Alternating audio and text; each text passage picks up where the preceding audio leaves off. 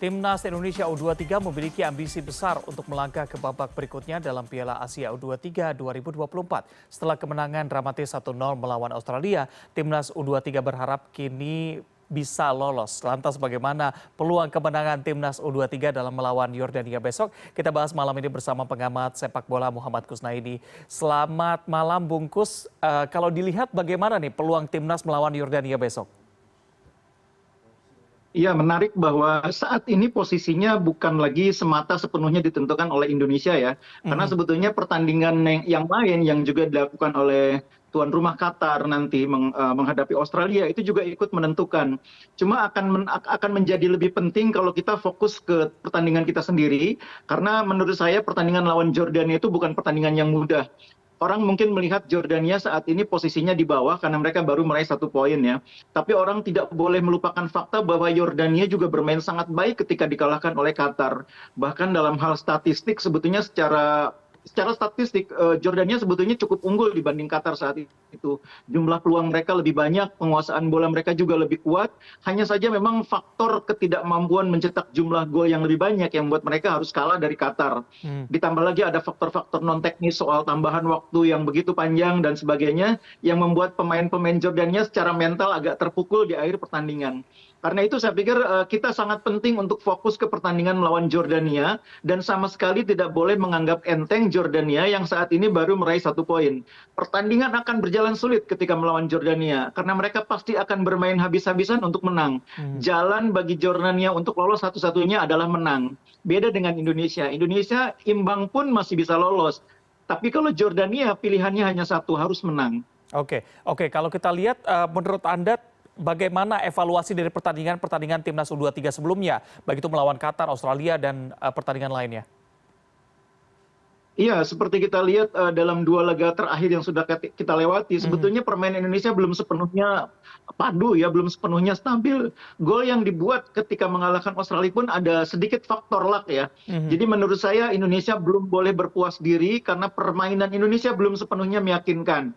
Tapi mungkin sisi positifnya adalah Indonesia dalam 2 pertandingan awal memang belum turun dengan tim yang kuat ya. Belum full tim, masih ada Justin Hubner yang kemarin baru bermain sebagai pengganti di babak kedua. Di pertandingan kedua, Ivar Jenner juga tidak main. Jadi akan berbeda situasinya dengan di pertandingan ketiga, di mana kita bisa dibilang akan main full tim. Pemain-pemain yang kita andalkan di lapangan tengah semuanya bisa main. Bahkan Nathan Chuaon juga bisa main. Ini memberi opsi yang cukup banyak bagi Sintayong untuk memilih susunan pemain yang akan cocok dengan kira-kira permainan lawan. Oke, kalau kita lihat sebenarnya apa yang menjadi kelemahan atau kekurangan dari Timnas U23 ini?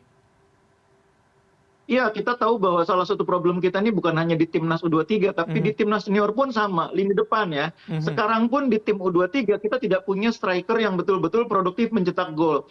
Kita punya Ramadan Sananta, pemain yang di Liga 1 cukup teruji, tapi Sananta kan kena kartu merah sehingga tidak bisa bermain dalam 2 pertandingan. Ini merugikan sekali. Rafael Struijk bukan tipe striker nomor 9.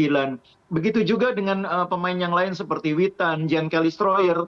Sebagian besar adalah pemain-pemain yang bertipe pendobrak pemain-pemain sayap. Karena itu memang jumlah gol yang kita ciptakan, jumlah peluang juga relatif tidak terlalu banyak. Karena itu penting sekali pemain harus lebih efektif dalam memanfaatkan peluang ya. Ketika melawan Australia, sebetulnya kita peluang juga yang betul-betul berbahaya cuma 1. Tapi 1 itu pun menjadi gol. Nah, seperti itulah yang kita harapkan. Kita tidak akan punya banyak peluang nanti melawan Jordania pun, karena itu efektif dalam penyelesaian akhir. Yang kedua, saya juga berharap pemain-pemain kita tidak lagi membuat kesalahan yang berakibat hukuman penalti bagi lawan. 2 kali bertanding, kita sudah 2 kali mendapatkan eksekusi penalti. Dalam pertandingan lawan Jordania itu bisa berbahaya karena Jordania yang butuh kemenangan akan memanfaatkan kesempatan itu. Jadi sangat hati-hati pemain kita di lini belakang terutama jangan sampai kena hukuman penalti lagi. Main disiplin, main rapi, jangan bikin kesalahan yang nggak perlu. Oke. Ini kan kalau kita lihat memang pertama kali menang melawan Australia, peluang untuk lolosnya cukup besar dengan cukup laga seri saja begitu ya. Apakah ini justru akan menjadi semangat bagi anak-anak U23 atau malah menjadi beban karena memang harapannya cukup besar untuk mereka gitu? Iya, jadi pikiran bahwa cukup bermain imbang melawan Jordania itu harus dibuang jauh-jauh ketika Mhm, mereka masuk lapangan. mhm. Mereka harus masuk lapangan dengan pikiran bahwa main untuk menang. Karena dengan cara itulah mereka akan bisa bermain lebih tenang, lebih lepas. Kalau berpikir bahwa cukup menahan imbang, mereka akan bermain bertahan. Justru itu yang diinginkan oleh Jordania. Mhm. Karena mereka butuh kemenangan.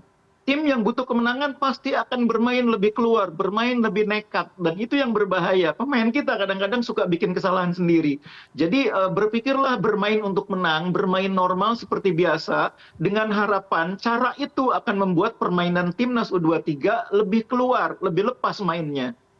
Oke, baik. Jadi jangan berpikiran bahwa imbang saja cukup, tapi tetap harus main jor-joran begitu ya, memberikan hasil terbaik nantinya. Tapi kalau kita bahas mengenai pembinaan teman-teman U23 sejauh ini, apakah memang sudah on the track atau ada hal-hal lainnya yang bisa diperbaiki demi kemajuan teman-teman U23? Iya, saya pikir banyaknya pemain sekarang timnas U23 yang berasal dari kompetisi Liga 1 adalah Mhm. hasil nyata dari kebijakan memberikan kewajiban kepada klub untuk memainkan pemain di bawah usia 23 pada kompetisi musim ini. Kita lihat beberapa pemain muncul seperti Kelly Schroyer, kemudian Arhan Fikri, banyak nama-nama lagi, hampir semuanya mendapatkan berkah dari aturan harus memainkan pemain di bawah usia 23 tahun. Karena itu saya berharap di musim kompetisi selanjutnya kewajiban memainkan pemain di bawah usia 23 tahun, bahkan kalau perlu di bawah 20 tahun, itu diberlakukan secara selektif ya.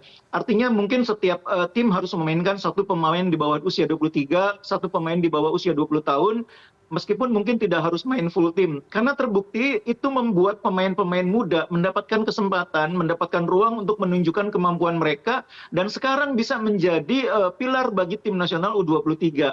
Di samping pemain-pemain yang datang dari naturalisasi atau diaspora, pemain-pemain U23 hasil dari kompetisi liga terbukti juga mampu memberikan kontribusi yang sama bagusnya.